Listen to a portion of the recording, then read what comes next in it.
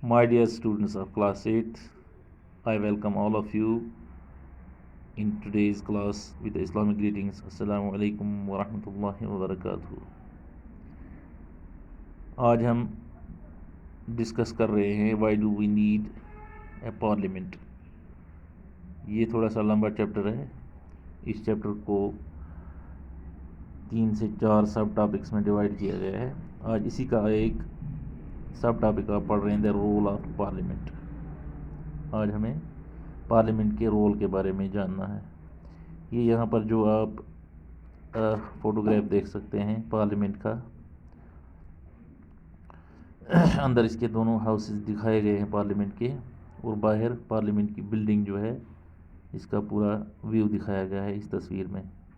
This is parliament of India. Parliament of India जो है इसको हिंदी में संसद कहते हैं। ये सुप्रीम लॉ मेकिंग इंस्टीट्यूशन है। This is the supreme law making institution, यानी कंट्री में जो कवानीन बनते हैं कंट्री के लिए सबसे बड़ा लॉ मेकिंग इंस्टीट्यूशन यही है जहाँ पर कानून बनता है। इसके 2 हाउसेस होते हैं, एक का नाम है राज्यसभा और दूसरे का नाम है लोकसभा। राज्यसभा को काउंसिल ऑफ स्टेट कहते हैं अंग्रेज़ी में हम। इसकी टोटल स्ट्रेंथ जो होती है राज्यसभा के मेंबर्स जो होते हैं वो होते हैं 245। ठीक है बेटा, ये आप याद रखेंगे कि राज्यसभा के मेंबरों की तादाद कितनी होती है, 245 मेंबर्स। और इसका चेयरपर्सन जो होता है वो होता है वाइस प्रेसिडेंट ऑफ इंडिया। दूसरा है Lok Sabha, house of the people जिसको कहते हैं हम।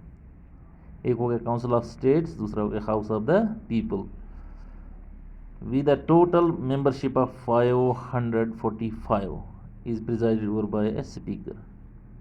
लोकसभा जो है इसको प्रिजाइड करता है लोकसभा का स्पीकर। जैसे राज्यसभा को प्रिजाइड कौन करता है, जिसका चेयरपर्सन होता है वाइस प्रेसिडेंट ऑफ इंडिया, और लोकसभा का जो होता है वो स्पीकर होता है जो इसको प्रिजाइड करता है, जो इसका हेड होता है स्पीकर। अब हमें रोल ऑफ पार्लियामेंट के बारे में आज यहाँ पढ़ना है कि पार्लियामेंट का क्या रोल है। इंडिया का पार्लियामेंट जो है वो 1947 में बनाया गया आफ्टर इंडिपेंडेंस। तो इंडिया का पार्लियामेंट जो है ये लोगों का फेथ है, जो डेमोक्रेसी है यहाँ पर इंडिया में।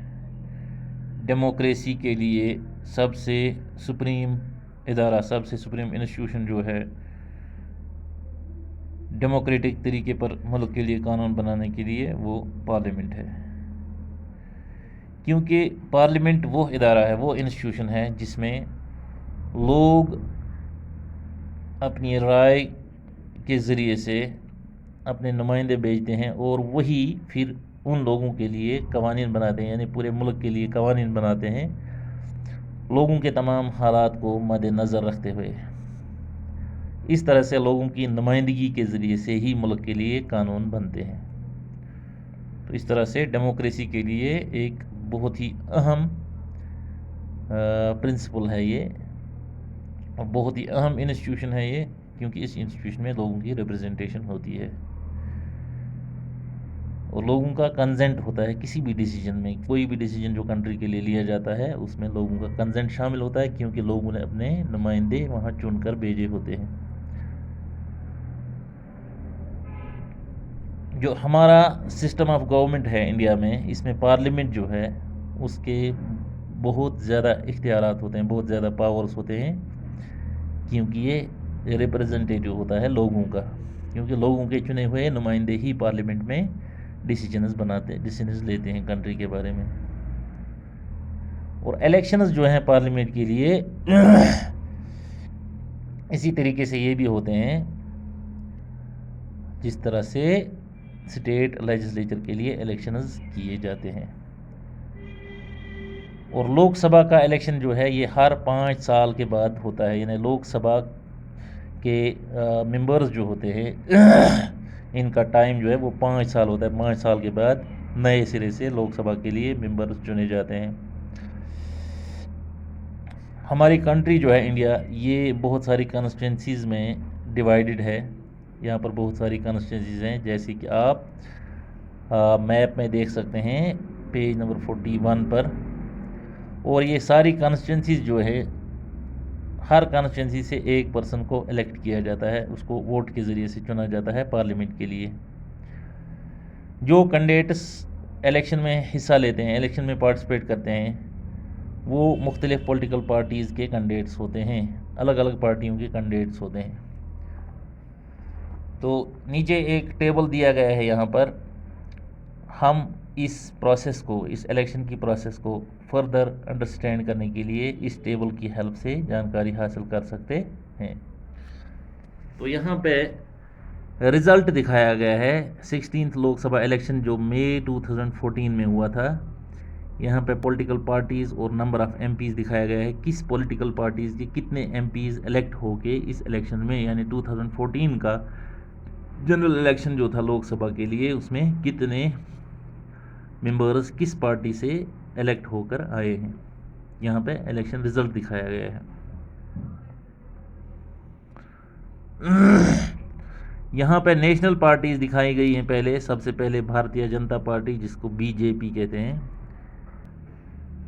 भारतीय जनता पार्टी बीजेपी के 282 मेंबर्स यहाँ पे इलेक्ट होके आए हैं। Communist party of India CPI short form है कम्युनिस्ट पार्टी ऑफ इंडिया की, इसका सिर्फ एक मेंबर जो है वो इलेक्ट होके लोकसभा के इलेक्शंस में आया है।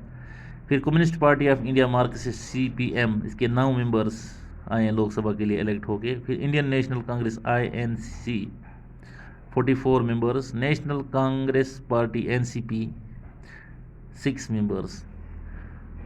तो इसमें आप वाज़ह तौर पर देख सकते हैं कि सबसे ज़्यादा सीटों की तादाद जो है वो भारतीय जनता पार्टी के पास है।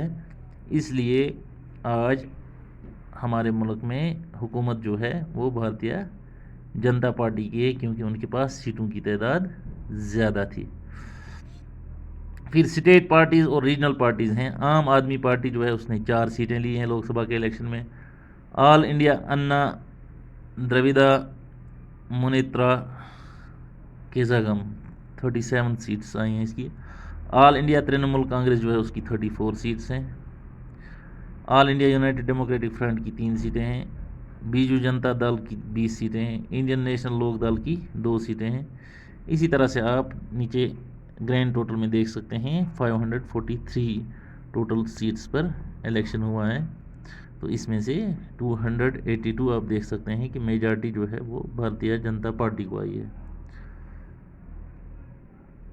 तो इस टेबल को देखकर आप क्या मेरे एक सवाल का जवाब दे सकते हैं कि कौन सी पार्टी जो है इसमें गवर्नमेंट फॉर्म कर सकती है। ये सारी पार्टीज जो इसमें दिखाई गई और इनकी सीटों की तादाद, कौन सी पार्टी इसमें गवर्नमेंट बना सकती है। उम्मीद है कि आप इस सवाल का जवाब मुझे व्हाट्सएप के ज़रिए सेंड करेंगे। और किसको लाया जाएगा लोकसभा में डिस्कशन के लिए, इसके बारे में आपने कुछ जानकारी 7th क्लास में भी हासिल की है। तो जो फोटोग्राफ एक देखना है आपको पेज नंबर 28 पर, 3rd लोकसभा इलेक्शन जो 1962 में हुए थे, तो उस फोटोग्राफ को भी आप यूज़ कर सकते हैं इन क्वेश्चंस का आंसर देने के लिए। इसमें आप ये भी इसका भी जवाब मुझे देंगे कि कौन सा स्टेट जो है जिसमें हाईएस्ट नंबर ऑफ़ MPs हैं लोकसभा में। और तीसरा क्वेश्चन है which state has the least number of MPs in the Lok Sabha. कौन सा स्टेट जो है इंडिया का जिसमें लीस्ट नंबर ऑफ़ MPs हैं, जिसमें सबसे कम MPs की तादाद है। और कौन सी पॉलिटिकल पार्टी जो है उसने ज़्यादा सीटें जीती हैं तमाम रियासतों में, तमाम स्टेट्स में। इसके बाद डी पार्ट है विच party do you think will form the government. ये भी आपको जवाब देना है, कौन सी पार्टी आप सोचते हैं कि गवर्नमेंट बनाएगी। इसके लिए आप अपने रीजंस भी लिखिए। ये आपको होम टास्क दिया जाता है। होम टास्क आप अपने व्हाट्सएप ग्रुप में भी सेंड कर सकते हैं और मेरे पर्सनल नंबर पे भी ये आप सेंड कर सकते हैं। तो आज के लिए इतना ही। खुदा हाफिज़।